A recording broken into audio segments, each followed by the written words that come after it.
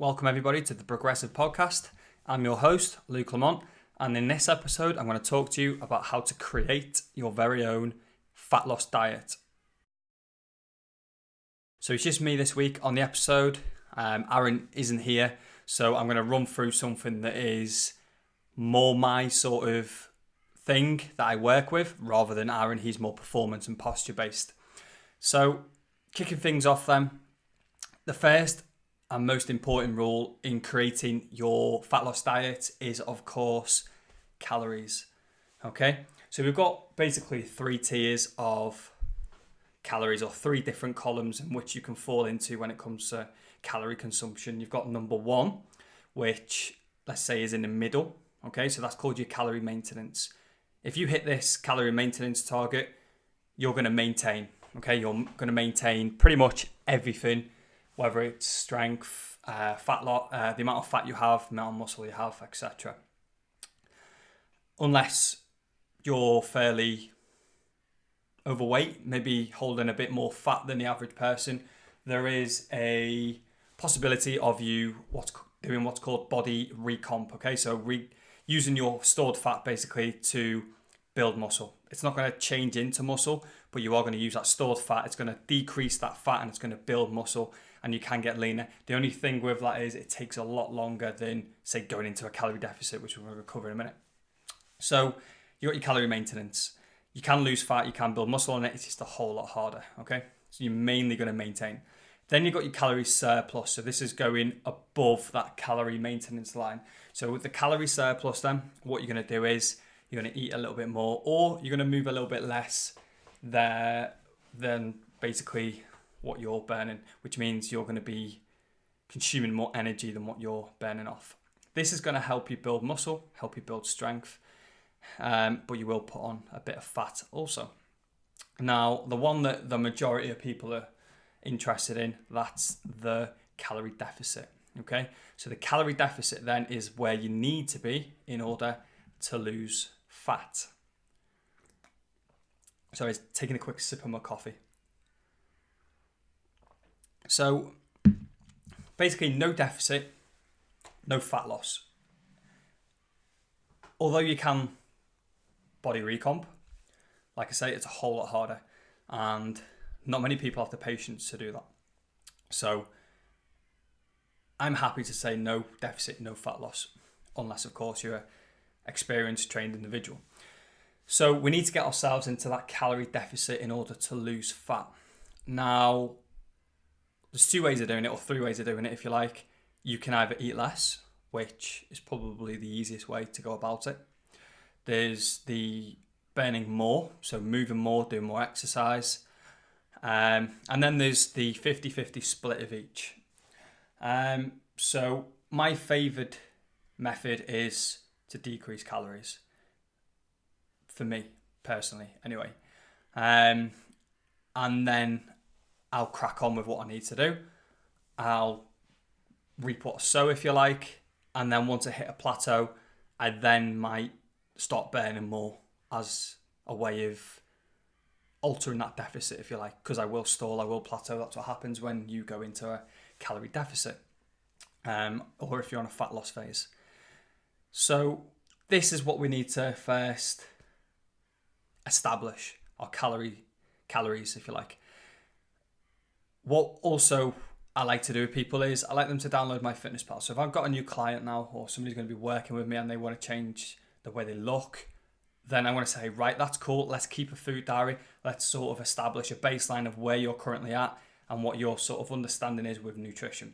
Because when you hire a coach, the first thing you do is you don't hire a coach until really you've got rid of all the bad food in your house, right? And then you sort of go on a little bit of a health kick. You buy lots of fruits, lots of vegetables.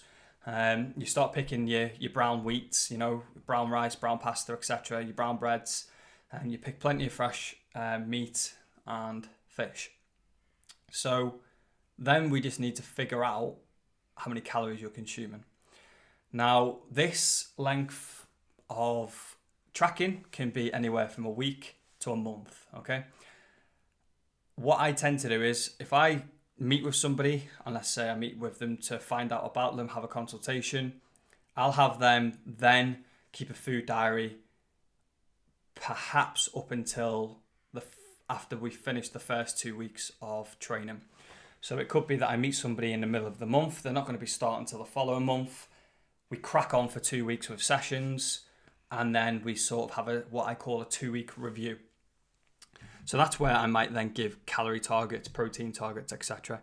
But up until that point, all I ask them to do is track what they eat in MyFitnessPal. I don't ask them to hit a goal, or I don't ask them to hit certain calories or hit certain proteins or worry about anything. I just tell them to do what they think is the right thing to do. From there, they then, majority of the time, they lose fat, because everybody knows really how to eat healthy or healthier or improve their diet. It's just the adherence and the consistency of it that lets people down. So that's what we're going to do first off. We're going to keep a food diary for a certain amount of time, and we're going to establish sort of your habits, your routines, and we might even get calories out of that as well. Then what I like to do is I like to use a Harrodis-Benedict formula to find out what their calories should be. So in order to find out somebody's calories, we need to know the height, the age, the gender, weight, and how active they're going to be. So how many times they're going to be going to the gym or training per week. And all that is going to determine how many calories you require. It's not 100% accurate. You can go a little bit deeper and ask for a little bit more information just to get a little bit more accurate with the calories, but I don't see the point. I don't see it as an essential tool, because at the end of the day, when you scan a food into MyFitnessPal and it says 100 calories, the chances of that being 100 calories, well, not always accurate, because there's 20% either way. So it could be 20% more than what it says, or it could be 20% less than what it says. Nothing is 100% in this world. So just to recap up until now, we're going to sort out calories. We're going to make sure that we're in a calorie deficit. For fat loss, we're going to go in calorie maintenance if you're experienced and you want a body recomp, or you want to maintain and you just want to be healthy. Or we're going to go into a calorie surplus if you want to gain strength, gain size, muscle, etc. Then we're going to keep a food diary for maybe 4 weeks. We're going to have a 2-week review, and then we're going to sort things out from there. And then we're going to work out your calorie intake via the Harrodis-Benedict formula, which can be found online. Once we've done that, we're going to figure out a protein target. Now, a protein target can be a bit of a grey area for most people, purely because not a lot of people are used to eating a huge amount of protein. And that's because we live in a processed world where breakfast is toast or cereal, so we're limiting protein there. Lunch is very few protein. It might be a sandwich, a bit of ham on there, maybe a little bit of tuna. But again, it's very little amount of protein. And then the evening meal then is where the main protein source comes from. So most people tend to really only have 1.5 portions of protein each day. It's a bit more coffee. Unless, of course, this person's already been in the gym, already done a bit of weight training, then they normally take protein shakes. But most people don't. So we're going to give them a protein target. Now, an ideal protein target is often a lot higher than what people can sort of go to straight away. I like to start people off where they're sort of at, but not where they're at, but a little bit further along than where they're at. So, for example, if they have protein 1.5 times per day, like I mentioned a minute ago, I'll try and get them to have it that double amount, so 3 times per day. Can they have a protein source at breakfast? Can they improve that protein source at lunch and maybe have a whole tin of tuna? Or can they have chicken breast instead of ham? Or can they have proper ham instead of that wafer thin ham? Perhaps they can switch the bread and not have a sandwich and have maybe some chicken and rice. Sounds boring, but you can spice it and sauce it up. And then the evening meal, like I say, is no problem. So can they do that? And then that normally equates to around about 90 grams per day. Now, for most people, that's still going to be quite a little amount for what we kind of want. We normally want 1.6 grams per kilo of body weight, okay? So if you're resistance training, you want to add a bit of muscle, you want to look athletic once you've dieted down, then this is the sort of minimum where we want to be, 1.6 to 2.2 grams per kilogram of body weight for protein. But we've got to get there gradually. So we figure out where we're at protein wise and we increase it ever so slightly. Perhaps you're already getting 3 quality sources of protein with each meal. You're already hitting roughly 90 to 100 grams per day. And each day you require 150. There, I might suggest, can you buy yourself a protein shake? Could you perhaps have another meal during the day? So there's all these options, maybe a protein bar some days. So you've got 3 options there, and every 3 days, you can every day you can switch it up every 3 days if you like. So you've got 3 options. It all depends on you as an individual. But a protein target, I like to think, is quite relevant for most people, because once they've dieted down, they've got this vision of how they look, right? And it's always sort of athletic-y sort of looking, some nice sort of shapes within the arms, within the legs, within the back, etc. And that comes about not necessarily through protein, but the protein is going to help you retain your muscle mass, which once you've dieted down and you start seeing these muscles, that's what gives you that shape and that look, if you like. So the protein is going to help you retain that muscle mass. It's also going to help you keep you satiated for a little bit longer. If you have a quality source at lunchtime, you may then not require, say, a sugary snack in the afternoon. It's also going to help you build and repair muscle. So what you're breaking down in the gym is going to help you repair outside of the gym. So we've sorted protein, and then the next thing we're going to look at is meal frequency.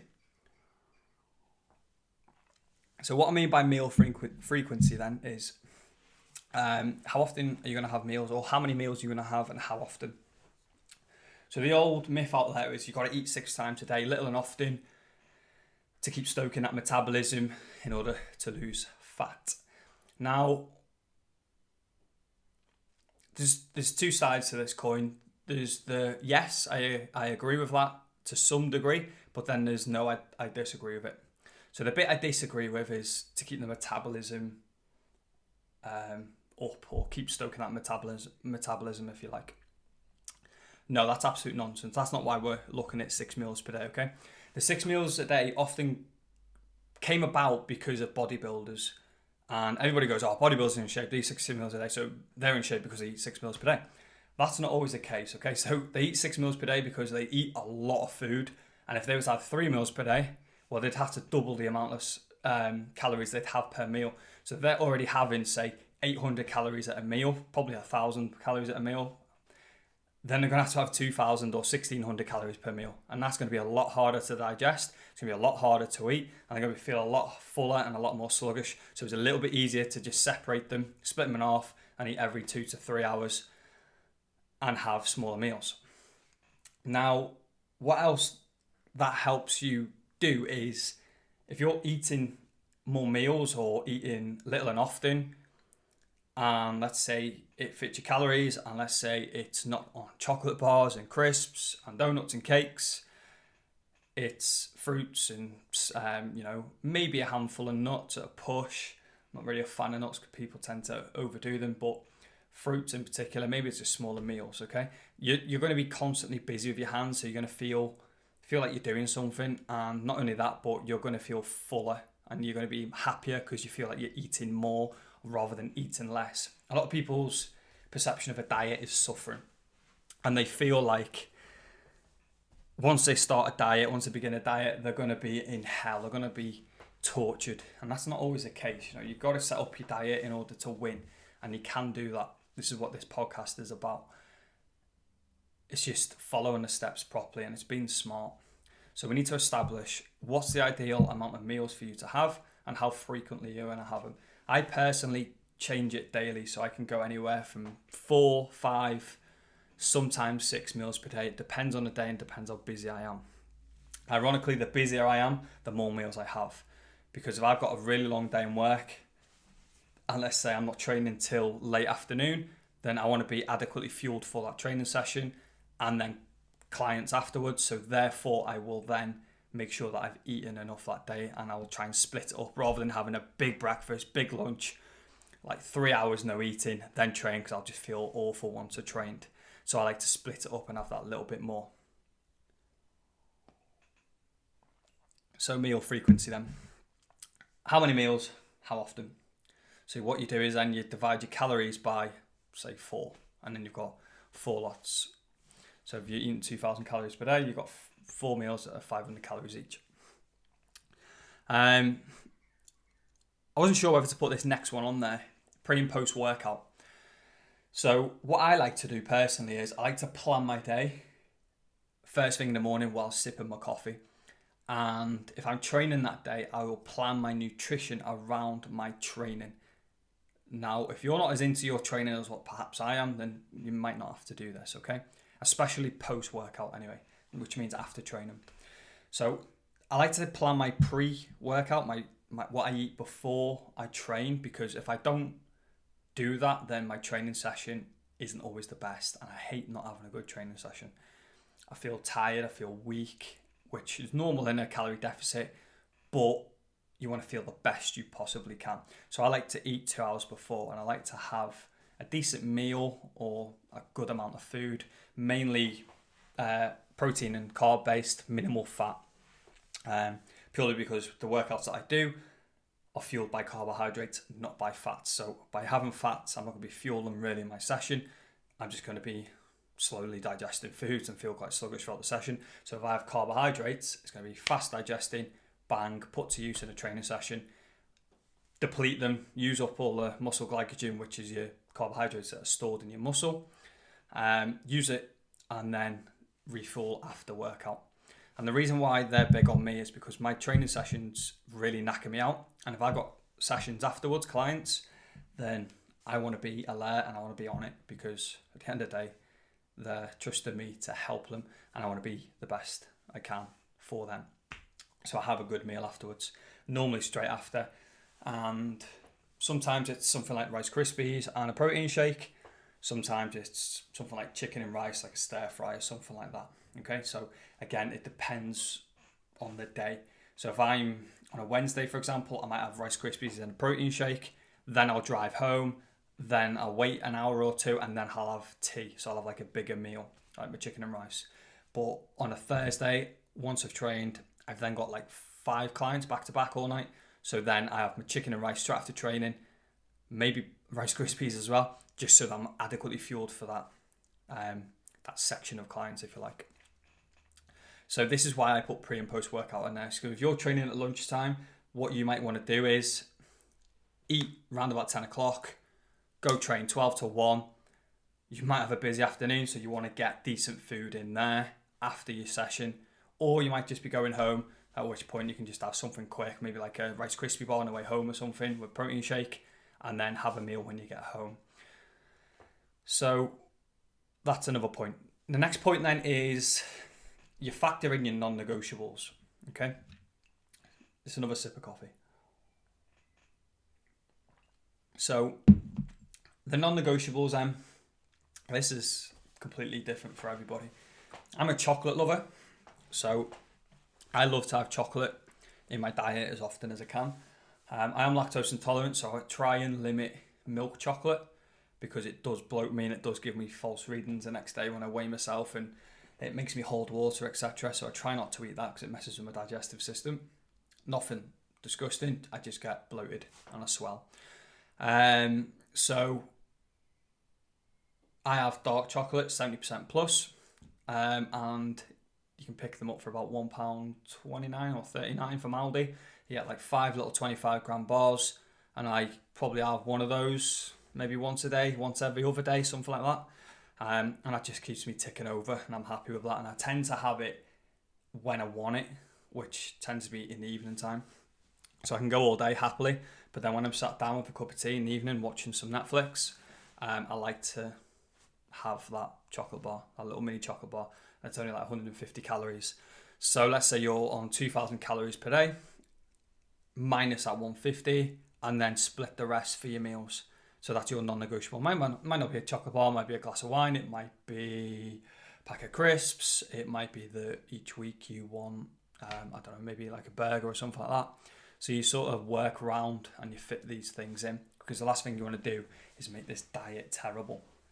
All right, so you might be putting it off, adding off, stressful day, and then you binge, and then you're back to square one, which is all too common.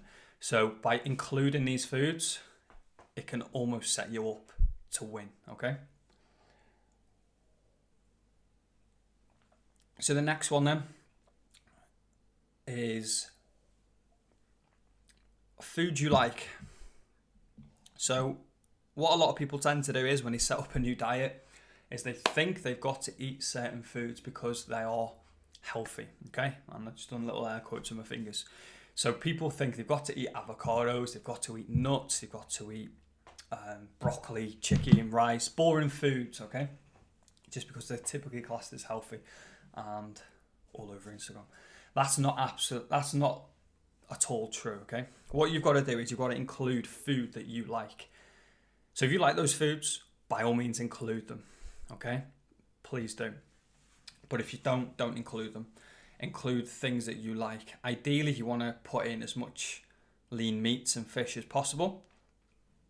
You want to pick carbohydrates that are classed as complex carbohydrates, so things that are going to be take longer to break down, like rice, potatoes, sweet potatoes, brown rice. Pasta to a degree. I'm not really a fan of pasta because it's quite high in calories for the amount of food that you get. But if that's something that fills you, it doesn't fill me. I'm starving an hour later, so I tend to avoid it in most cases. Sometimes have it, but if you enjoy it and it fills you and you're happy with the amount that you get for the calories, then that's absolutely fine. You can put that in. So breakfasts, people think, oh, I've got to eat eggs. Not necessarily. You can eat whatever you want. It's just you got to follow the sort of principles that are laid out there. Is it sort of in your calories that you worked out for your meal frequencies, if you like? So I said earlier, 500 calories 4 times a day. Does your breakfast fit in that? Has it got a decent amount of protein? Is it sort of complex carb? Has it got a bit of fruit in there maybe? So you're getting some of your 5 a day. Just include foods that you like. Everybody knows how to eat healthy. You don't need to eat specific foods. You just need to eat smartly and sensibly, okay? You don't always have to eat for pleasure. Eat for purpose. So sometimes I eat plain chicken, plain rice with a bit of barbecue sauce, just because it's quick and easy to prepare. Say for lunch the next day, if it's in the evening and I can't be bothered cooking, I just whip up that real quick and then I just throw some barbecue sauce on for the next day. But then there's other times when I'll be like, nah, I want something that's, a bit more tasty, and that tends to be my evening meal, and then I'll cook a little bit for pleasure, but obviously I'll keep purpose in mind also. So make sure that your food plan or your fat loss plan or whatever it is includes foods that you like, because then you're going to stick to it for longer. All right, that's the key. And then the last one then is sort of the note I've written down is follow, rinse, and repeat. Okay, so you've got to follow your plan. There's no point going off course every couple of days or at the end of every week or whatever, because you're not going to get anywhere. You're going to go take steps backwards, if anything. So you've got to follow your plan. You've got to rinse it and then repeat it. So what I mean by rinse it is you've got to get every little bit out of that plan before you then do something different, okay? So if you've hit a plateau, then you change it and then you go again. So rinse it, get every little bit of progress out of that plan, and then repeat the steps that I've already said. Work out your calories. You might need to add a little bit more cardio in, or you might need to be eating a little bit less. Create that new calorie deficit from where you're at. Don't get disappointed once you stop losing, because that's good, okay? You're now maintaining a new low body weight or a new low dress size or size of whatever clothing you've got, okay? So just remember that that's a positive, not a negative. It's often seen as a negative, especially in diet clubs like Weight Watchers and Slimming World. It's like, oh, you've maintained. It's like, well, yeah, it's going to happen at some point. It's good. You've maintained a new body weight. That's progress. It's great progress. So don't be disappointed by that. All you've got to do is just go back through the steps I've mentioned. Right, you're eating 2,000 calories now. That's your new maintenance. Let's create a new calorie deficit. Right, okay, can you now eat maybe 1,800 calories a day or 1,700 calories a day? Split that up into however many meals you want, say 4. And then work out from there what foods are going to be fitting in as and when. You don't have to plan each meal each day. You can sort of go along as you go, if you like, throughout the day. That just makes it a whole lot harder. I personally like to plan my day, like say, when I'm drinking my morning coffee, so what foods I'm having, what times, and sort of incorporate my training into that too. But I've already cooked my lunch that day the night before normally, so I just cook 2 lots of tea. It just makes things so much easier. So guys, that is it. This is the podcast episode that will hopefully help you create your very own successful diet. Okay, if you've got any questions, any queries, anything you're unsure about, do not hesitate to get in touch. Okay, right guys, this is the end of the episode, and this is also going to be a video, so I'm going to slap this on Facebook, I think, as well, and I might chop it up and throw it into Instagram too, and maybe on YouTube, who knows, going worldwide. So guys, end of the episode, and remember, make being progressive a habit.